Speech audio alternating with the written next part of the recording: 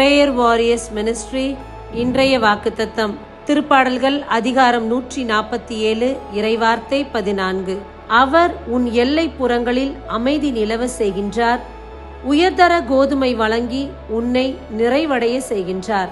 பிரியமானவர்களே, இந்த நாளில் ஆண்டவர் சொல்லக்கூடிய வார்த்தை, உங்களுடைய குடும்பத்திலும் நீங்கள் இருக்கக்கூடிய ஒவ்வொரு இடத்திலும் அமைதி இல்லாமல், ஒரு சமாதானம் இல்லாமல் தவித்துக் கொண்டிருக்கின்றீர்கள்.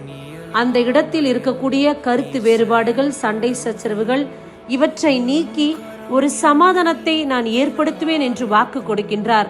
உச்சிதமான கோதுமையினால், உயர்ந்த கோதுமையினால், உயர்தரமான உணவினால் உங்களை அவர் திருப்தி அடைய செய்ய போகின்றாராம். இந்த நாளில் நம்மை நிறைவடைய செய்கின்ற தேவன் நம்மோடு கூட இருக்க எதை பற்றியும் கலங்க வேண்டாம்.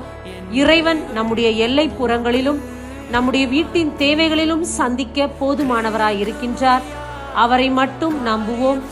ஆமேன். God bless you.